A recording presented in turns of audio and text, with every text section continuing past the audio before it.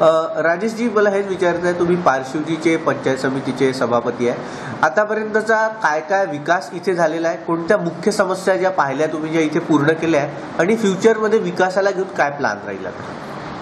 मी ज्या वेळेला पंचायत समिती सभापती झालो त्या वेळेला या भागातील ग्रामीण रस्त्याचा, पाणी पुरवठ्याचा फार मोठा प्रश्न होता.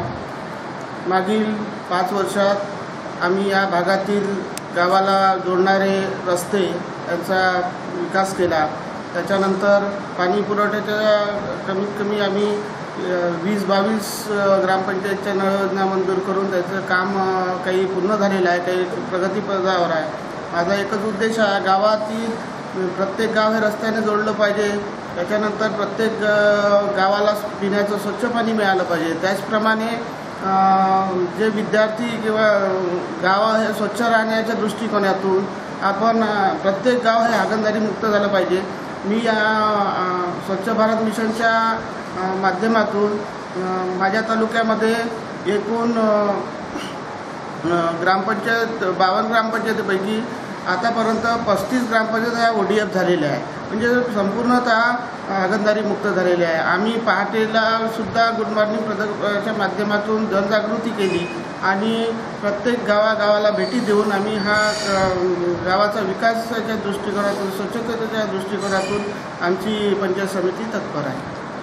कडूसाहेब, आपण बघितलं आहे की गावामध्ये मुख्य समस्या इलेक्ट्रिसिटी राहते, पाणी राहते, रस्ते राहतात, वैद्यकीय सेवाही राहते. पर्याप्त मात्रेत उपलब्ध आहे का?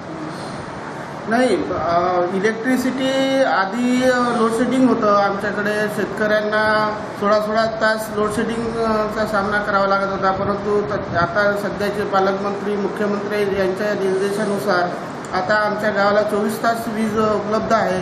त्याचप्रमाणे आरोग्याच्या दृष्टिकोनातून PSC झालेले आहे, परंतु PSC परंतु रिक्त पदे भरपूर आहे तिथे. जसं ANM म्हणा, LHV यांची पदे रिक्त असल्यामुळे तिथे ग्रामीण भागात आरोग्याची ज्या प्रमाणात सेवा मिळायला पाहिजे त्या प्रमाणात मिळत नाही आहे.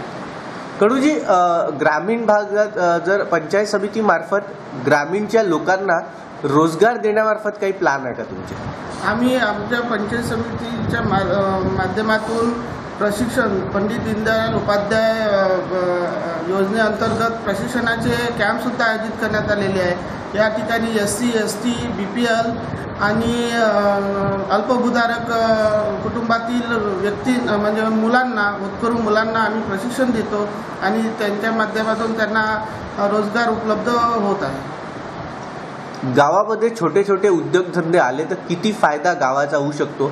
आणि गावामध्ये आपण विदर्भ रिजन जर पाहिलं की मॅक्सिमम फॅक्टऱ्या, इंडस्ट्रीज यायला नाही पाहत, काय कारण वाटते? कुठेतरी शासनाचं दुर्लक्ष वाटत आहे का? करून शासनाने ज्या तालुका स्तरावर औद्योगिक म्हणजे MIDC ज्या उघडून ठेवल्या आहेत तिथे उद्योगधंदे पाहिजे त्या प्रमाणात नाही.